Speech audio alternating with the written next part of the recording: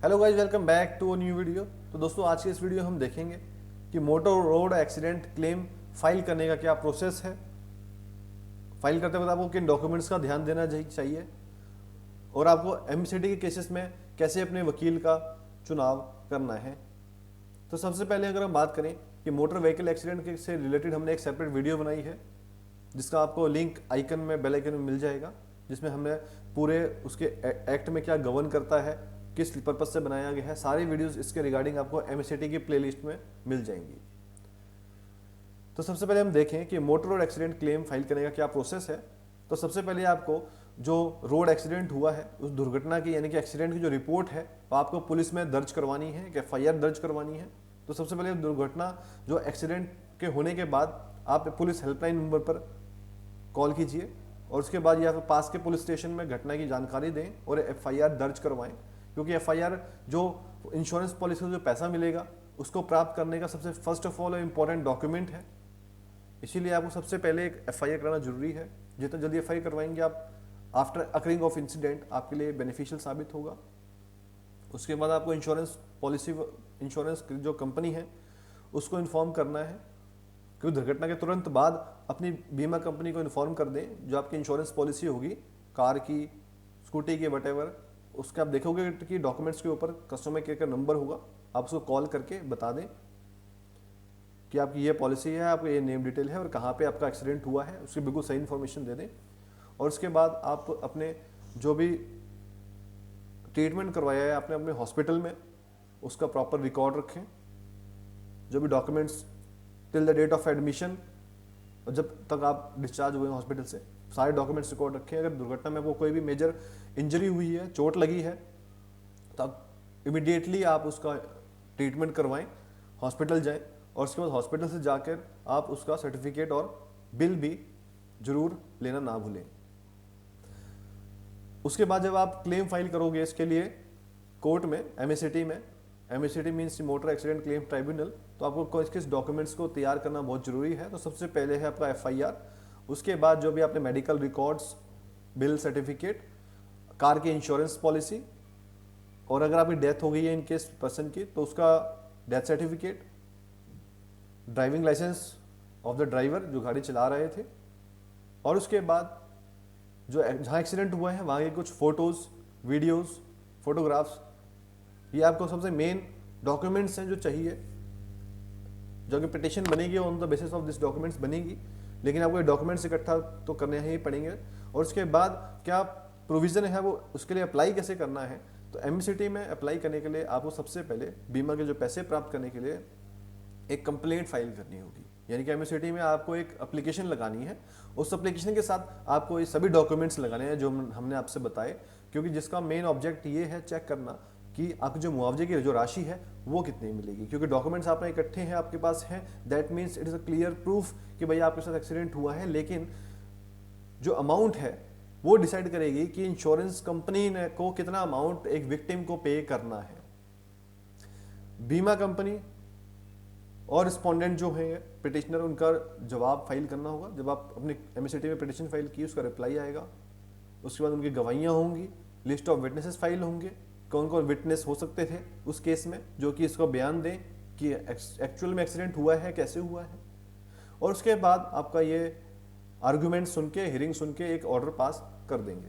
यानी कि सभी पार्टीज को ध्यान में रखते हुए, गवाहों को मद्देनजर रखते हुए एक आपका ऑर्डर पास हो जाएगा। और उसके बाद जो मुआवजे का अमाउंट बनता है कि कितना पैसा आपको पे करना पड़ेगा, एक इंश्योरेंस कंपनी आपको पे करेगी। उसके लिए बाद कोर्ट के डिसीजन के बाद बीमा कंपनी या जो भी एग्रीड पार्टी है वो उसको एक पेमेंट के लिए डायरेक्शन दे देंगे कि आपको ये जो अमाउंट है वो एमएससीटी के ऑर्डर के अंडर एक एग्रीड पार्टी को पे करना है। अब इसके टाइम लिमिट क्या हो सकती है, मोटर एक्सीडेंट क्लेम का जो टाइम लिमिट और रूल्स क्या कहता है। यानी कि दुर्घटना के बाद मुआवजा लेने के लिए कुछ टाइम्स और रूल्स का भी फॉलो करना जरूरी है। अगर आप चोट हुआ, आपने डॉक्यूमेंट्स ले लिए, घर में बैठ गए और भूल गए, फिर 2-3 साल जैसे आप जागे, आप चले गए एमएससीटी में क्लेम करने की, भाई मेरा तो एक्सीडेंट हुआ था, मुझे पैसा चाहिए, तो ऐसा है नहीं, ऐसा नहीं हो सकता। इसके लिए भी एक टाइम लिमिट मेंशन की गई है कि उसी में आपको अप्रोच करना पड़ेगा। तो बेसिकली दुर्घटना होते ही सबसे पहले आपको एफआईआर दर्ज करवानी है।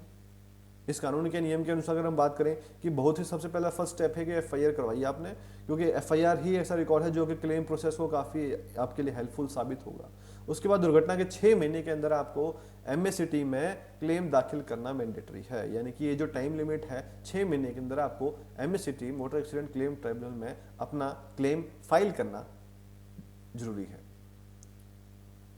सिर्फ कुछ स्पेशल सर्कमस्टांसेस में आप कंडोनेशन ऑफ डिले की एप्लीकेशन लगा के इसको चीज को बढ़ा सकते हो, but that's a very short ground for that. आपको प्रूव करना पड़ेगा कि हमने डिले क्यों किया। दुर्घटना से बेसिकली 24 से 48 घंटे के अंदर ही आपको इंश्योरेंस कंपनी को जानकारी देनी होगी, और देरी होने पर जो मुआवजा है प्रक्रिया है उसमें आपका डिले हो सकता है। और अगर हम बात करें कि अगर आप बीमा पॉलिसी का किसी भी शर्त का, किसी भी रूल्स का वायलेशन करते हो तो मुआवजा जो क्लेम है आपका वो भी रिजेक्ट हो सकता है। तो मोटर एक्सीडेंट क्लेम जो पाने के लिए वकील की क्या भूमिका हो सकती है, आपको कैसे अपने वकीलों को चुनना पड़ेगा इसके रिगार्डिंग, क्योंकि हर कोई वकील अपने अपनी फील्ड में स्पेशल होता है, कोई सिविल में, कोई क्रिमिनल, कोई एमएससीटी में, कोई कैट में, व्हाटएवर। तो मोटर एक्सीडेंट क्लेम में वकील की जो रोल है बहुत ही जरूरी है, क्योंकि उसको ये प्रूव करना पड़ेगा कि how my client is entitled to a claim from an insurance company. क्योंकि जो इंश्योरेंस कंपनी के वकील हैं वो तो ये चाहेंगे कि भाई 1 रुपया भी हमें देना ना पड़े, उन्हें सिर्फ इंश्योरेंस जो पॉलिसी हमने ली थी उसका अमाउंट लेने का हकदार है। तो एमएससीटी के वकील जो होंगे वो इस बात का ध्यान रखेंगे कि जो विक्टिम है वो अपने राइट्स को बारे में कैसे पूरी तरह से जागरूक हो। एक जो काबिल वकील है वो क्लेम ट्राइब्यूनल में केस फाइल करके विक्टिम को न्याय दिलाने के लिए काफ़ी हेल्पफुल साबित हो सकता है। तो वकील को यह सुनिश्चित करना जरूरी है कि जो एग्रीव्ड है उसको सही मुआवजा मिले, जो दुर्घटना के नुकसान की भरपाई कर सके, क्योंकि रोड पर एक्सीडेंट होने वाले हादसों के दौरान जो बीमा के जो पैसे हैं उसको क्लेम करने के लिए आप हमारे से भी शेयर कर सकते हो। हम आपको जो एमएससीटी में काम करते हैं उन वकीलों से मिलवा भी सकते हैं। तो आपके माइंड में इस वीडियो के रिगार्डिंग कोई क्वेरी है, क्वेश्चन हो तो आप डेफिनेटली हमें बताइए, क्योंकि एमएससीटी में हर कोई व्यक्ति स्पेशल नहीं हो सकता। जब एक बार एमएससीटी में ऑर्डर होता है तो उसको बहुत रेयरेस्ट ऑफ रेयर चांस है कि जो सुपीरियर कोर्ट है उसमें इंटरफेयर करे, या उसके लिए फिर आपको रिट फाइल करनी पड़ेगी, या कोई और आपको ऑल्टरनेटिव स्टेप लेना पड़ेगा, क्योंकि it all depends on the evidence of the parties और the document furnished by you before the MSCT tribunal. जब तक आप जो डॉक्यूमेंट्स आपके क्या कहते हैं, चोट आपको कितनी पहुंची है, कितना खर्चा आपने जेब से किया है, वो सब आपको प्रूव करने पड़ेंगे before the MSCT for getting entitling for the claim. और इनके डेथ हो गई है तो डेथ हो गई है तो उसकी लाइफ पीरियड कितना था, कितना वो सैलरी कमाता था, all these facts will be considered at this stage, so it will be grateful. You will have to choose a lawyer which specializes for MSCT tribunal. So friends, I hope you like this video. Please don't forget our channel, ताकि videos में हम आप तक ऐसी informative videos provide करवाते रहे। Thanks for watching this video.